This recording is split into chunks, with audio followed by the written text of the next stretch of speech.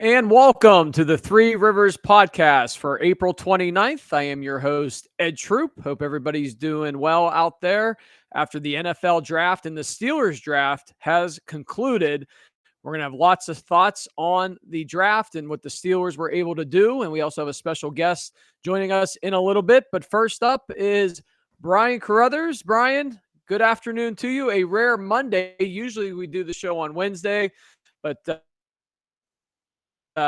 in a little bit to talk football with us. Yeah, the great Merril Hoge. Excited to talk to him. Excited to talk to anybody who's put on the black and gold, and definitely someone who's been, as popular, as illustrious. It's been a good career for Merril, and didn't stop on the football field. He moved on into broadcasting. He moved on to be an advocate for youth sports, definitely youth football, and he'll be with us today. Should be fun. Yeah, Merril Hoge joining us here in a little bit on our podcast for this week. And, Brian, great event this past week. Last Thursday, Draft Nation down at Stage AE on the North Shore. You and I were there. We had some live cut-ins. We got to interview a Hall of Famer with a gold jacket on and Kellen Winslow. That was exciting. But really, the whole atmosphere last Thursday night, the first round of the NFL draft from Stage AE was just awesome. Yeah, meeting Kellen Winslow was really cool. Arguably one of the greatest tight ends in the history of the NFL. Arguably now, after we met him, one of the nicest and most humble guys that you could meet. And just to be in the presence of the jacket, for those of you who don't know, he wore the gold jacket to the event. It was a little more beat up than I thought. I thought it would be a little stiffer, like a tuxedo coat. I thought the patch, but I guess of all these years of Winslow wearing it, like it's got a little bit worn. But, I liked it. I thought it was gritty.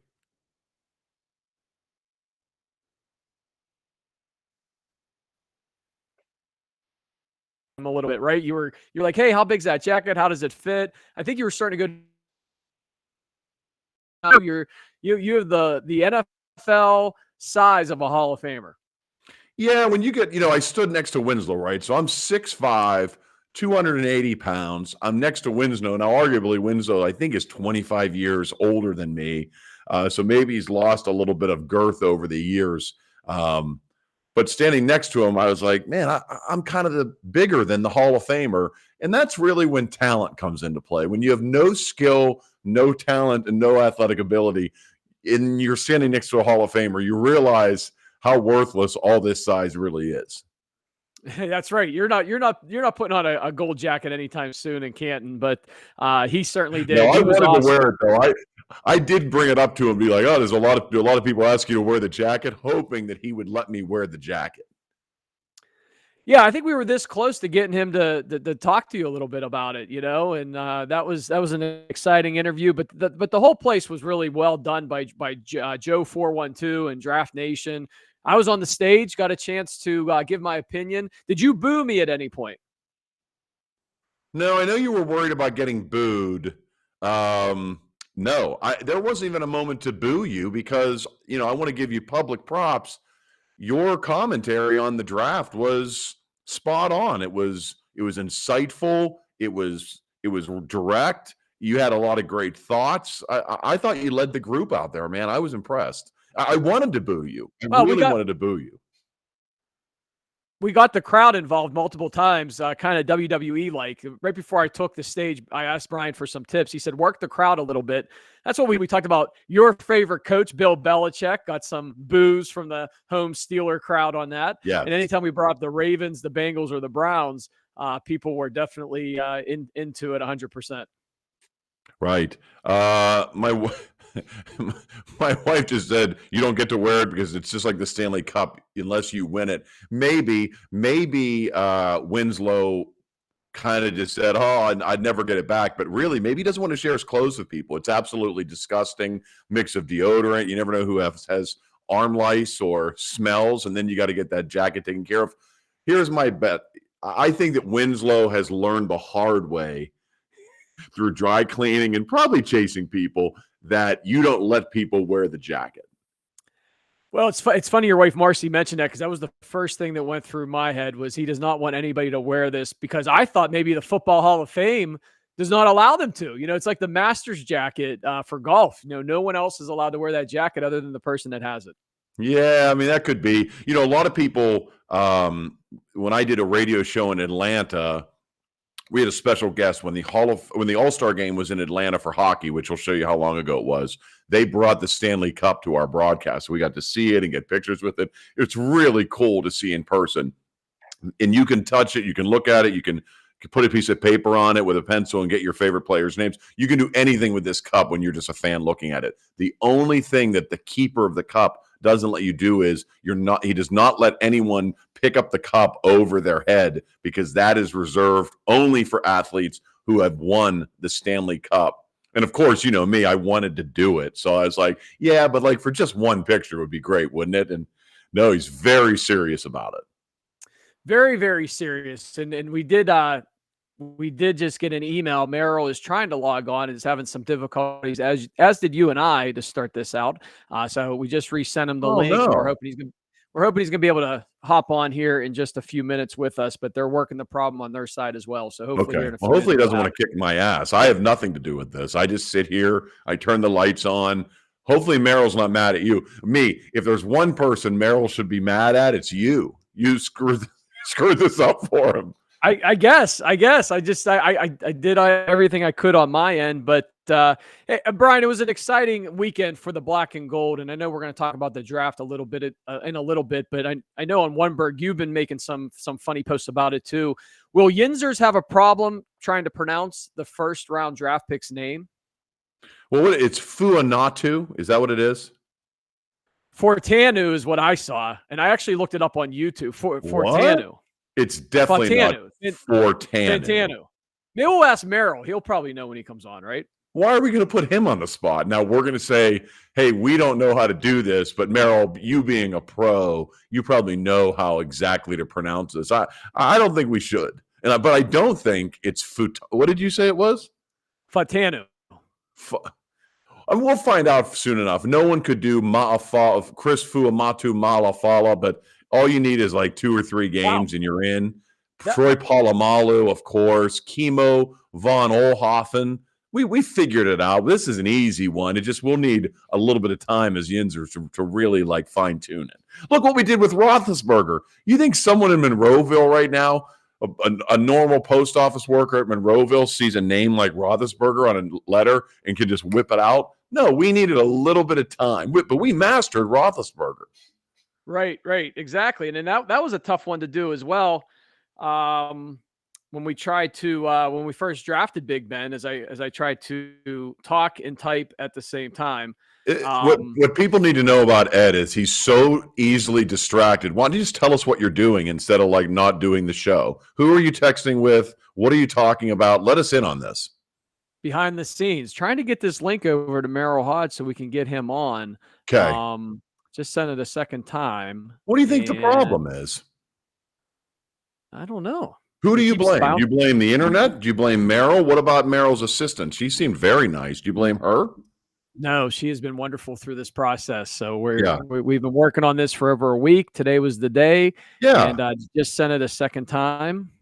Okay. Maybe Merrill just needs to hit refresh a little bit. I'm sure he's dealt with this. Merrill was on Fox News at the end of last week. And I don't know what the guy was getting at. I want to ask Merrill what his thoughts were. And I'm not really an avid news, especially the two rival CNN, Fox News channels that rival each other. And you never know what's going on. But it seemed like he really wanted Merrill to say something crazy like, yeah, we shouldn't wear helmets. It was really wild. It was really wild. And I want to give Merrill credit that he did stand by and listen to it. And like the pro that he is, I guess he didn't take the bait for it because there wasn't a headline, Merrill Hodge says no more helmets.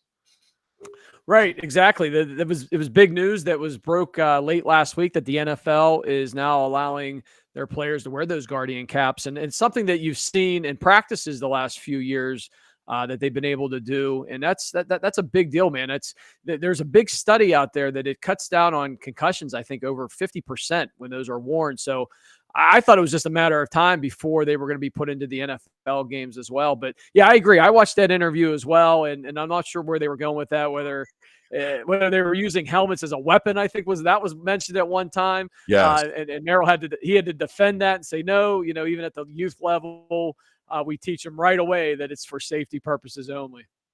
Yeah, he handled himself, but again, I thought they brought him on. It all made sense. I don't even know if they actually talked about the Guardian caps with him, but I'd like to. I think that we'll get a lot of good insight from him on what his thoughts are. The part that that really is a head scratcher for me, Ed, is that vanity is the only reason that people won't wear these. And Merrill did touch on it, and it will be interesting to kind of get his take on it. That there's no one who says these things aren't like going to do their trick. I mean, I think there is statistics and medical people who have talked about these and how they do reduce the amount of blows at least your head takes, or at least softens the blow.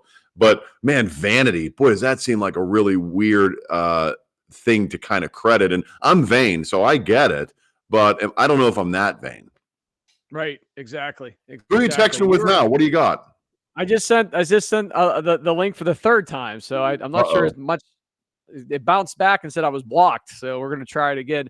You are listening or watching the Three Rivers podcast with Ed Troop. That's me, Brian Carruthers on the other side. Maybe you're listening on Spotify. We appreciate you logging on to the podcast for this week. We're talking NFL draft from last week. Brian, while we still have some more time to waste, we're trying to get Merrill Hodge on, who we had lined up for the show today, having some technical difficulties on both ends.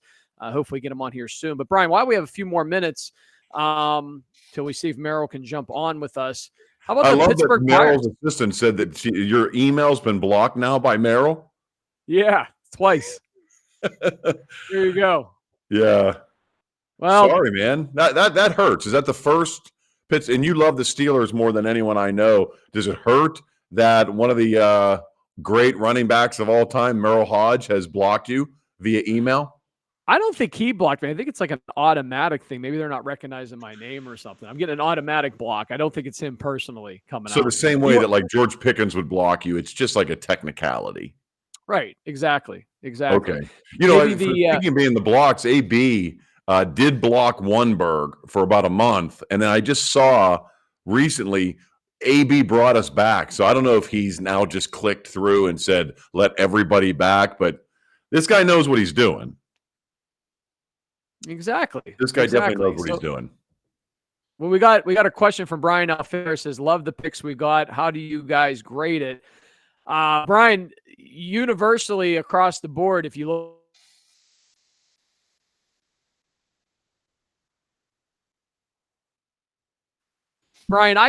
Brian Carruthers, rather, I caution grading out a draft this early. I like to wait a few years down the road and then reflect and say how great this draft was.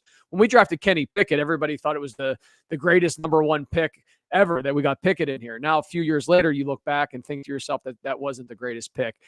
So I caution the A-pluses right now. On paper, it looks great, but I'd like to see it play out over the next few years. So what does our listener Brian Alfera have to do? Wait 3 years on hold to hear like what we thought? Yes. Oh, wait, all right, Brian, hang on, man. We'll have some answers for you. Let me go back on this because you used I know you're distracted, but you used the term everybody. I didn't say that Kenny Pickett was this God-given great pick. I questioned what Tomlin's University of Pittsburgh bias. I questioned it with James Conner, and then you questioned it with Kenny Pickett. I think if we're going to do anything, if we're going to wait 3 years to decide on things, here's something we can decide. If we want somebody from the University of Pittsburgh because we share the training facility with them, and I guess we see them in the cafeteria and we think we have a hunch that they're good people, let's wait. Or let's send it to somebody else. Let's send it to New York and ask them what they think before we make these outrageous picks to be like, we're keeping it in the family. Because keeping it in the family doesn't seem to have worked. No, not at all. Not at all. At least from that draft pick this past time. So you were not a Kenny Pickett fan from the beginning. I think you were pretty vocal about that, even going into this past season. I didn't get it and you sat on the draft panel the other night, so you know the draft. And Merrill, who I think is going to join us if he didn't block you for the rest of his life on email, his take on it is that no quarterback is worth the risk. A lot of people get fired over making the wrong pick in quarterback. We'll see with Williams out of USC. We'll see what happens there as as he goes to Chicago. But again, there's a lot of big busts, and I kind of in the corner of Merrill here. Use the draft, I guess, to find these beasts, these monsters who physically they'll be able to compete most likely because of their size. But like getting a quarterback for your league, for your team in the NFL is kind of like the portal now in NCAA. Let them work out their problems in Chicago, and then let's see if they can correct them.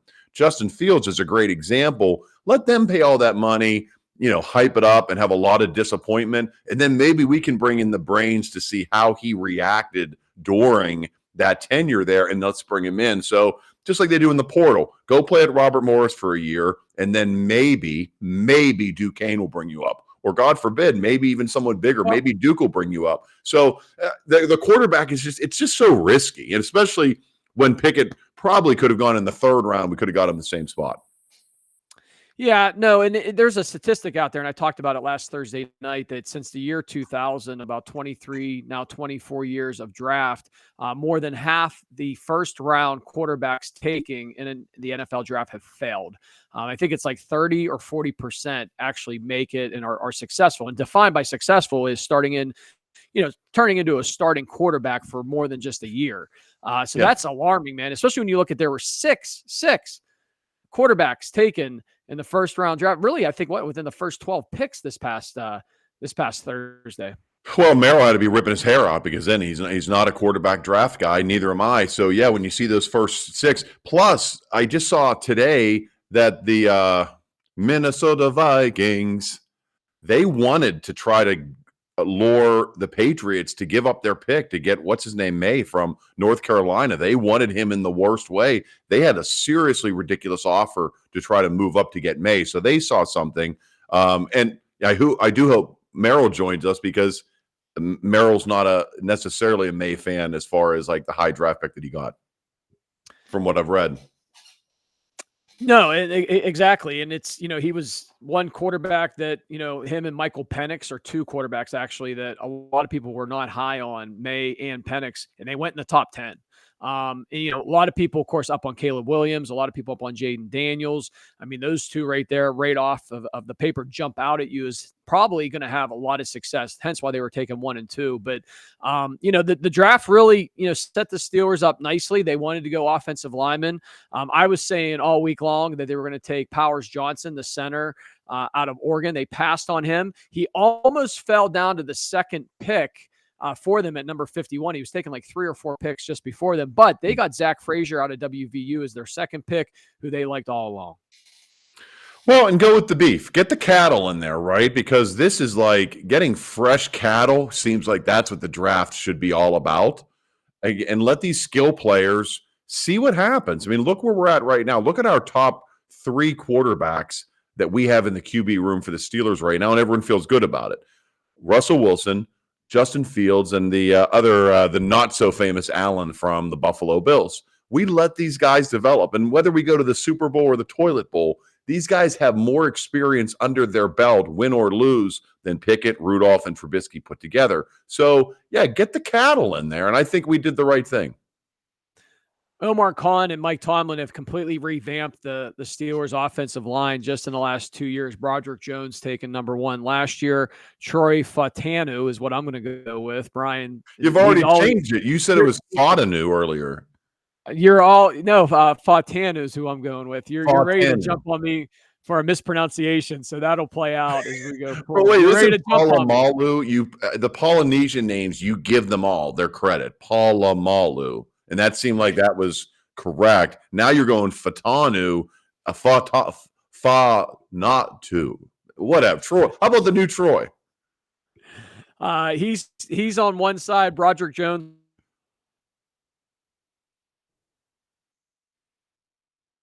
Former tackle starters out there. They got Daniels, the other guard. It really starts up front, and when you can establish a protection for whoever your quarterback is, and also you have a very talented running back in Najee Harris, who really has played with a very subpar offensive line the last few seasons. I'm excited to see what he does in his last year in the black and gold coming up. Yeah, I mean, I thought Najee and oh gosh, The name's slipping me. Who came in there with Najee, the two running backs? Oh, Jaylen Warren? Yeah, Warren and Harris, I thought were like this 1-2 punch last year in that game, ironically, in Seattle, birthplace of Russell Wilson. I thought they started to turn it on where it was like, wow, this is a 1-2 punch that if we can do something quarterback-wise, we can make that work and we'll get there. Yeah, man, I think that 1-2 punch is going to hit again, and now we got some bigger beef. And again, I hate to talk quarterback, but it is the sexiest topic. Now we have someone who, according to the pros and the experts, and also themselves, Tomlin and Wilson, talk about two guys that love the work that they do, because just ask them if they love it, is I guess can make this game work better offensively for the Steelers. So, yeah, I think we're in good position. They've beefed up the offensive line. One area they're going to have to start to look at the next couple years is defensive line. Cam Hayward getting up there in years. They did get Benton last year, their defensive lineman that really turned into to be a superstar as a rookie, and is going to continue to trend in that direction. But right now they're worried about the offense, and they got the offense line, at least on paper, that looks good at this point, but defensive line's probably next. The wide receiver room right now, there was a lot of talk they might make a trade. That didn't happen. Deebo Samuel was a name that popped up here online from the 49ers. Yeah, how about that? That they said they were pretty close. They were just a little bit more off trying to get Deebo in here. That would have been crazy. But they did draft Roman Wilson, a wide receiver from Michigan, 6 foot, 192 pounds. Boy, a lot of Michigan Wolverines taken in this draft. And J.J. McCarthy was another one of those quarterbacks that was taken, high up in the draft. That is another one that the jury's still out on. For every person that says he's going to be really good, another person says, hey, look, Michigan, Jim Harbaugh, they didn't throw the ball. They just ran the ball. So he didn't have to throw very often. But, make no doubt about it, J.J. McCarthy is out to prove a point that he is a winner coming out of Michigan. Well, back to what's the guy's name? Was it Rowan Moore? Is that the guy's name? Roman Wilson, wide receiver. Roman Wilson. So to me, and I like college football, but I don't dig in super hard. But I just watch it to enjoy it. He looks like he's built like Julian Edelman, like where he was used in these these underpass moments where he can cut in through the defense and not be found, and can be really explosive. The only issue is, for every Julian Edelman, you need a Tom Brady for him to be successful. So again, can we get him the ball? Can Wilson and Fields have time to get him the ball? If so, we'll see. I personally think the NFL, to me, is about size and speed. That's the most enjoyment that I get out of the game. So when we're like, we drafted a 6 foot wide receiver, I hope we got an idea of what to do with it, because there's a lot of 6'3" defensive backs out there who are going to shut him down. So it'll be interesting to see. Hopefully he's fast. Ryan, I was super excited to get Merrill on. It does not look like that's going to happen. We still have about seven more minutes here. Some technical difficulties on his end or What's our the end. email say? What are we learning? Nothing new has come through in the last 5 or 10 minutes. So we're going to get him rescheduled here to get back on at some point. But here's what I was most excited to talk to him about. I've relocated to my game room. This is the post-mortem now. The last 10 minutes of the show is going to be our sadness about Merrill. We'll get him back on here soon enough. We'll get the technical difficulties worked out on both ends. But I was excited because I relocated, as you can see, from my office where I normally do the show to my game room, my Steeler Yinzer game room. And look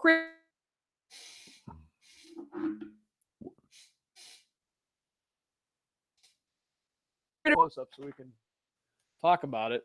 Yeah. Old school Steeler program from 1990, which I thought Merrill was on the cover of this forever. And here it turns out he's not. You got Chuck Noll, Louis Lips, Bubby Brister. These are all teammates of Merrill's. Yes. Gary Anderson and Rod Woodson. But I thought Merrill for the longest time was on here, and I was so excited to talk to him. So when I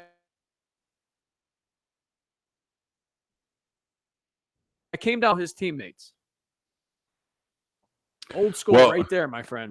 You got it. You got a lot of. I was in your office the other day. I'm impressed. You've got a lot of good. You got a lot of good stuff going on there. But truthfully, and I know we have the Emperor on there, and I know we have Rod Woodson. Looking back on the beginning days of Merrill Hodge, what a disaster for the Steelers, man. What were we, 5-11 one year, 4-11? I mean, Very he true. was part of the turnaround that like got Chuck Noll's career to end on kind of a positive note. So there will always be that. But as far as that drawing, that sketch drawing on your wall, it's very unfair. I feel like drawing. It's very unfair that Merrill is not on that cover. Yeah, I mean, he should be, and you're exactly right. I think that's about the time, you and I were, 10 and under, so we were pretty young. But I know that, at least for me, I started watching the Steelers like 89, 90, right around that time, 9, 10 years old. And Merrill actually had a great playoff game, 1989. They go to Denver to the Broncos in the, I think it was the, I don't want to say final round, but right before the championship game, the divisional round, that the Steelers go to Denver, and Merrill had a big game. That's one thing I did want to talk to him about today, but we'll get there with him eventually.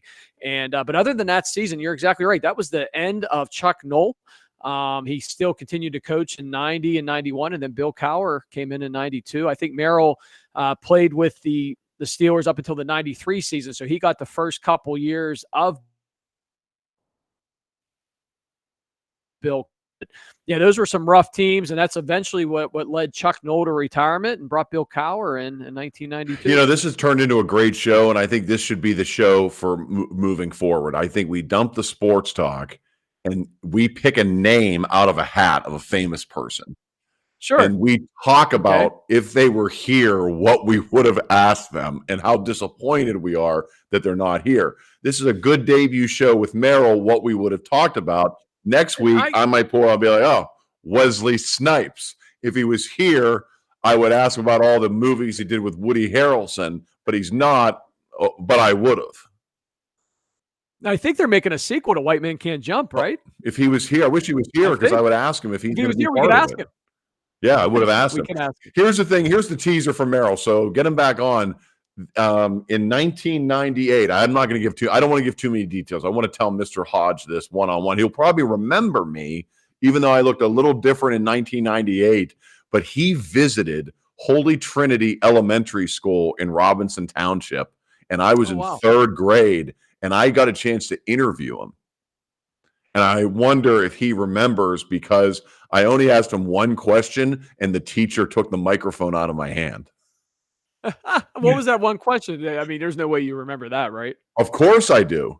Of course. So I was there in our auditorium. It was a little thing. It was like we went to Catholic grade school. There was no money there, even though somehow my parents paid thousands of dollars for us to go. But it was the auditorium, art room, music room, stage room, like a typical elementary school, right? And so I don't know how I got the opportunity to do this, but he said, and the person who gets to ask and interview the Steeler, and I think at the time no one really knew who Merrill was, at least not a third grader like me. The Steeler who's going to be here is Brian Carruthers in Sister Francine's third grade class. And I thought, oh, this is awesome. This is a dream come true. And they asked me what I was going to ask him. It would be like, oh, do you like playing for the Steelers? And I think I also said, like I was going to say, is Chuck Noll a nice person? Remember, I was in Catholic school, so we wanted to tie this all back into kindness. You would have got that ruler. He slapped with that ruler. Oh, beat the shit. Yeah, the shit would have been beaten out of me. So I get my moment. Mr. Hodge is in front of the entire school. I'm sitting front row, and they hand me, they say, Brian Carruthers from third grade got a chance to ask you a question. They hand me the microphone. And I don't know if I heard my dad say it or my grandfather, both who were big Steeler fans, or my brothers. And I said, why can't the Steelers win? That mic got ripped from my hands. And I do think even though it was 1988, I don't think I was beat, but the leftover nuns at Holy Trinity definitely were thinking about it. Like, this is one last glory, much like Chuck Noll. This is one more glory moment for us to beat the living shit out of a kid. I was going to say, how many times during your Holy Trinity years were you beaten? I'm guessing, knowing you today in your 40s, many times, 40 some years ago. No, 35. It wasn't canceled. It wasn't canceled, but I guess in the late 80s, that like Catholic school beating was frowned upon. We did have a computer teacher named Sister Mary Grace, and she shook me really hard once. But I do remember my mom, Patty, calling the school, and I think they reprimanded Sister Mary Grace. Rest her soul. She's dead by now. She was, I think, 100. I think she was 100 when I was when I was in third grade. So now, I mean, she's long gone, but she did shake me. I don't know what I did, but all of a sudden she just started shaking me, and the kids were screaming, and she had a flashback. I mean, those were the good old days when you could beat kids. The good old days when you can beat kids. We'll leave it right there. That's going to do it for the podcast for this week, Brian. We'll wrap it up there. We'll try to get Merrill Hodge on here soon enough. We apologize for the. You know what I do like about this, though, I will say, no one knows that this really is a technical difficulty or not. Why don't we say next week we'll be like, oh, Trump's going to be on. Yeah, well, all right. And then we're like, well, sorry, the connection just didn't work. Or say, Wesley Snipes will be on next week on the big show talking about the sequel to White Man Can't Jump. Right. We'll be like, oh, we're sorry with technical difficulties. We had Vladimir Putin set up and Trump was going to come in, but technical difficulties, you know how it is in Russia with the war, and Mar-a-Lago, Florida doesn't have a lot of good things. So unfortunately, we couldn't do it, but we'll try to get them back on. Most people think Merrill was on anyway. Well, we're going to try to get him on. We apologize for not being able to. We'll work on it. And, hey, man, still good conversation with you as always when we're able to join and talk a little bit about what's going on in the sports world here in Pittsburgh. We didn't even get to your Pittsburgh Pirates. We didn't talk about the Buccos. Well, Ed, unfortunately, there's not much to speak of right now concerning the Pirates. Unfortunately, we lost the series against San Francisco. We tied the series against the Brewers, which was great. But, unfortunately, take those first 6 or 7 games out of the equation, and we kind of suck right now. But don't look at the scoreboard. Don't look at the counter. Don't look at the standings until Memorial Day. That'll give you a good indication of where you're at. That's about a month away. They can make things right. Fortunately for them, they're in Oakland the next 3, so that could really ride that could steer the ship back onto the path if you could take care of Oakland. Now, on the flip side, if you lose to the A's or lose 2 out of 3 of the A's and you come back to Pittsburgh after that, yikes. So it's funny you say that. Yesterday, I was listening to the broadcast of the game on radio. Now, for those of you who don't know, radio is something that magically comes into your car when you hit a button. But I was listening to it. Yeah, I don't even know how I have it. My kids are crying when I turn it on. They don't even know what it is. So I'm listening to Greg Brown, and we did have a little bit of a comeback in the 9th in San Francisco yesterday. But Greg Brown, who is Mr. Homer, Mr. Pirates, right, Mr. Everything, he's now been a little bit suspect of this team. There's been 2 occasions, and one of them was yesterday, that during the broadcast in the top of the 8th or top of the 9th, he says to whoever he's doing the broadcast with, he goes, it just doesn't feel like the Pirates are into this one today. Wow. I was like, wow. I mean, yeah, Mark Madden can say that, or the great speakers like Ed Troop, the commentators that people respect. But for Mr. Pirate, Greg Brown, and this is the second time, O'Neill Cruz, in one of our opening games or mid games where we lost, we were getting blown out. He hasn't hit. I mean, I think 40% of his appearances are behind the plate or strikeouts. He dropped a can of corn that came to right, and he laughed. And Brown goes, for the life of me, I can't imagine why this guy would be smiling or laughing. And maybe Brown's had it. Maybe we should get him on because it does seem like, everyone says that they're a tortured Pirate fan. No one is tortured like Greg Brown. Maybe it's starting to creep in a little bit. And yesterday in San Fran, where he said, no one seems to be really into this, it almost is like, turn it off. Like you're at when you show up and we go see a singer or something, like they're not like, you can tell they're bored. I don't know. I'd leave. Well, it's funny you mentioned that thing about O'Neill Cruz, because I think I texted you about that because I actually caught it. And, hey, that's the way it should be reported. I mean, O'Neill Cruz is a tremendous athlete, tremendous baseball player.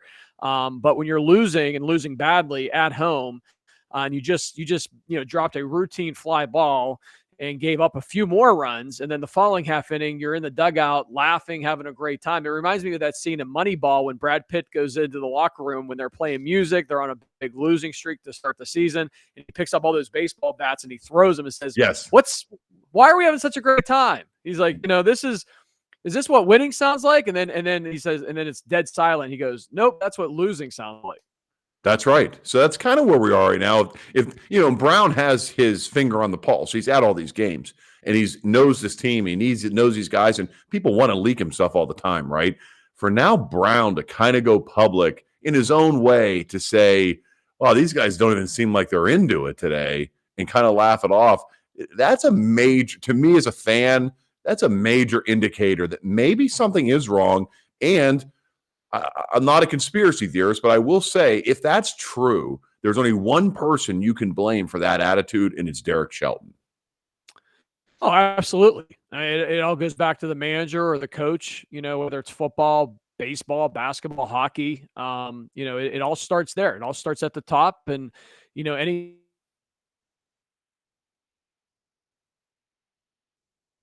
type is a critical year for Shelton, because, before the start of the season, there was a lot of talk of this team was going to be able to turn the corner a little bit this season. They did at first, but now, again, I agree, man. And you've brought that up a couple times, and I know we bust on each other a lot about the Pirates or the Steelers, but it's actually a very good point.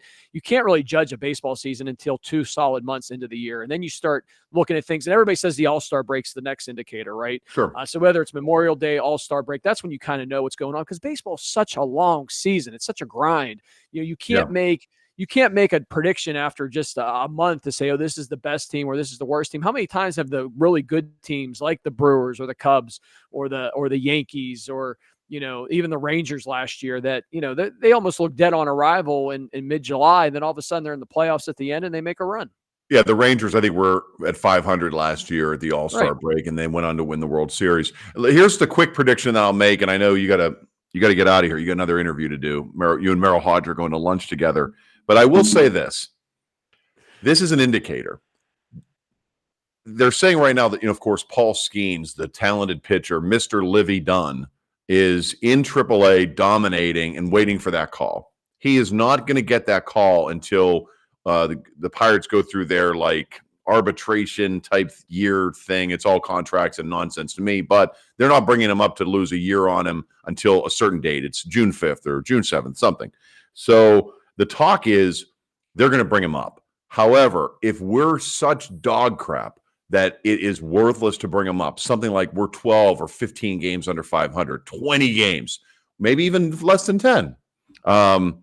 They say we might not bring him up to not waste a year of our control over him. If we don't bring up Paul Skeens, there is no more Derek Shelton. And here's why. If he can't right the ship to bring up his number one player that they think is already going to go to the Hall of Fame, right, what do we think he's going to do with Skeens when he gets an opportunity to manage him?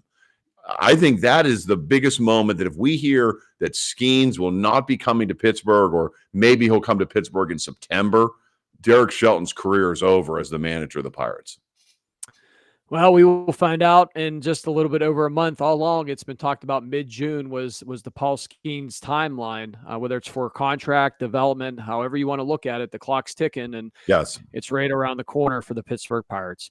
Well, all right, my friend, we're going to end it right there for the podcast for this week. I want to thank everybody for tuning in on Facebook, YouTube, and on Spotify. We will be back next week with another exciting podcast right here on Oneberg. And Brian, before we cut it out, anything exciting coming up on Oneberg, or anything to talk about? Well, I think we're going to have Merrill Hodge on next week. I'm looking forward to talking to him, the great Merrill Hodge. Oh, boy. You got to love technology. You got to love when things work and when they don't work, right? Yeah. Well, look, let's just take it as a sign. Who knows? Maybe we would have gotten into a big fight with Merrill Hodge, or maybe, it's like Closing Doors with Gwyneth Paltrow. Maybe he was able to take a call or eat lunch or do something that kept him rolling. And maybe for us, we were in this basement ready to talk to him, where we may have gone and been in a car accident if we knew he wasn't going to be on. Wow. That's deep. That's deep, bro. That's Thanks, deep. bro. I had a whole yellow pad of questions to ask, but I want everybody at home to put their heart hand up to mine and connect the heart. No, other side, Ed. There you go. There we go.